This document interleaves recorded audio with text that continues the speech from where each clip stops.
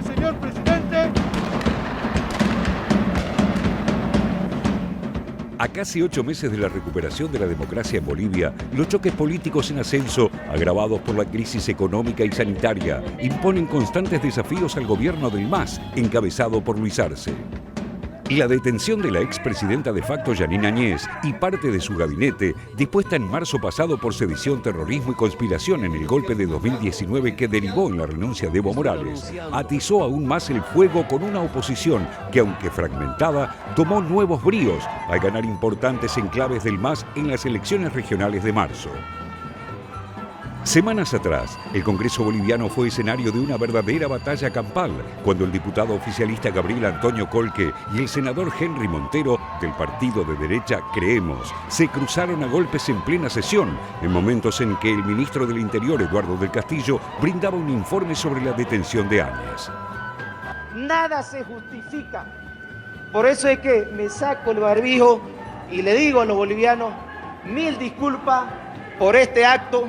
1000 disculpas por lo sucedido, pero lo único que pedimos nosotros es que nos respeten y que no nos digan que somos criminales, homicidas, ni que se utilice el dolor de esos bolivianos que fallecieron en Secata y que seguramente la justicia tendrá que esclarecer como todos los hechos luctuosos sucedidos en Bolivia.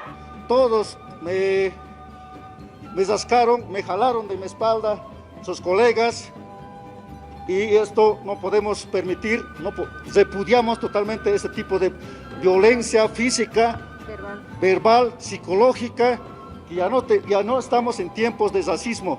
Hemos recuperado la democracia, pero estamos de pecho nosotros de seguir fortaleciendo nuestro proceso de cambio y de seguir de pie, nunca de rodillas. Con los ánimos aún caldeados, el ministro de Justicia, Iván Lima, sumó un nuevo capítulo al denunciar un movimiento sedicioso que apunta a derrocar al presidente Arce, anunciando investigaciones a los presuntos líderes opositores involucrados. Entre ellos, el gobernador de Santa Cruz, Luis Fernando Camacho, el presidente del Comité Pro Santa Cruz, Rómulo Calvo, y el ex candidato presidencial Virginio Lema, quien días atrás, en redes sociales, pidió la renuncia de Arce y su reemplazo por su vice, David Choquehuanca. Desde la oposición denuncian persecución y aseguran que el gobierno ve fantasmas donde no los hay, afirmando que Camacho es una autoridad electa y apreciada en Santa Cruz y que no se permitirán más detenciones. El expresidente y candidato presidencial del partido Comunidad Ciudadana, Carlos Mesa, citado a declarar como testigo en una causa que investiga el golpe de 2019, también denunció que teme que el gobierno impulse su detención. Que existe el riesgo de la detención, en mi caso existe. Yo creo que, marco como jefe de la oposición y por mi trayectoria política y por mi trayectoria periodística y profesional, una especie de punto de inflexión. Si el gobierno decidiera detenerme, daría un paso que haría que Bolivia pase de una consideración internacional a otra consideración internacional. Y me da la impresión de que ese es el elemento de juego, pero eso no permite que yo esté tranquilo y, por supuesto, tengo la preocupación de que eso pueda ocurrir, aunque desde luego estoy actuando y actuaré en función de aquellas cosas en las que creo, independientemente de ese riesgo. El ministro de Justicia hizo además referencia a un plan para boicotear la asunción de Arce en noviembre del año pasado a raíz de escuchas telefónicas de comunicaciones atribuidas al exministro de Defensa de Áñez, Fernando López, y asociando esto con la visita que el dirigente opositor santacruceño Rómulo Calvo realizó al secretario general de la OEA, Luis Almagro, para pedirle que, si fuera necesario, invoque la Carta Democrática en Bolivia para impedir el regreso del MAS al poder. Este presunto complot fue revelado a través de una investigación periodística del portal digital de Intercept, que señala que un alto funcionario del gobierno boliviano saliente planeó desplegar a cientos de mercenarios de Estados Unidos para anular los resultados de las elecciones de octubre de 2020 en Bolivia. Y la publicación fue acompañada de audios que supuestamente corresponden al exministro de Defensa López, hoy prófugo de la justicia. El alto mando militar ya está en conversaciones de apronte. ¿Y cuál es el tema? Yo quiero ser bien específico. La lucha, el mensaje de la lucha está en que quieren reemplazar las Fuerzas Armadas bolivianas y la policía por milicias cubanas y venezolanas. Esa es la punta del hilo. El alto mando militar es lo que va a permitir que realmente Bolivia se levante nuevamente y no permita el gobierno de Arce. Esa es la realidad. Coincidiendo con las declaraciones del ministro Lima, el expresidente y actual jefe del MAS, Evo Morales, enumeró en redes sociales una seguidilla de 3 golpes de Estado. El de noviembre de 2019, otro conato durante el proceso electoral de 2020 y un nuevo intento actual a partir del pedido de renuncia del presidente Luis Arce.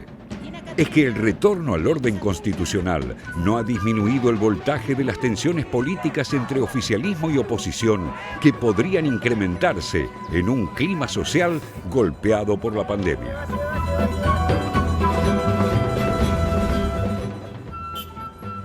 El tema de la reforma de la justicia, como decíamos, fue uno de los ejes también de la campaña del movimiento socialismo con, en su momento, el candidato Luis Arce, actual presidente de Bolivia, que yo diría que quedó bastante frisado en el último tiempo porque no lograron avanzar con una propuesta de reforma a la justicia que, sobre todo, está basada en algunos pilares que vamos a repasar ahora. Incluso Eduardo Rodríguez Belcé, que fue presidente en el 2005 después de la renuncia de Mesa y que también fue presidente de la Corte Suprema, entre otros actores con influencia dentro del Poder Judicial, están exigiendo que se avance también con una reforma en este ámbito. Vamos a ver cuáles son algunos de los principales puntos de esta reforma judicial propuesta por el actual presidente.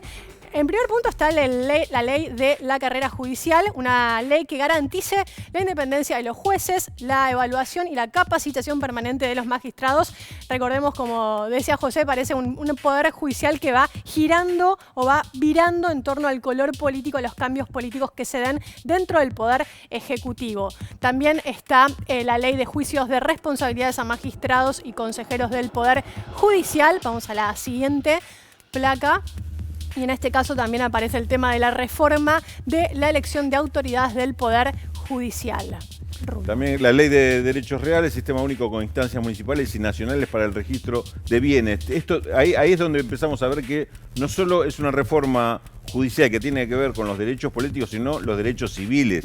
Evidentemente, el tema de la justicia en Bolivia es una institución débil y por lo tanto no ayuda demasiado a la consolidación de la democracia. Uno de los aspectos centrales por los que viene peleando permanentemente Bolivia en cada una de las instancias de gobierno. Sí, uno de los aspectos también, o de las causas, porque también muchas veces algunas de las causas van a tribunales internacionales. Claro, Otro de los casos que vimos esta semana es justamente que el gobierno está tratando de instalar el tema justamente de un proceso judicial en tribunales internacionales del tema del vínculo entre Áñez y el expresidente de Ecuador, Lenín Moreno, por el tema de la colaboración con los gases lacrimógenos y varias cuestiones vinculadas al golpe de Estado. Perdón, uno de los aspectos en los cuales puso mucho el acento Luis Arce en la campaña, cuando tomaba la reforma judicial como bandera, era justamente lograr el pleno derecho a la no injerencia internacional en temas de la política boliviana.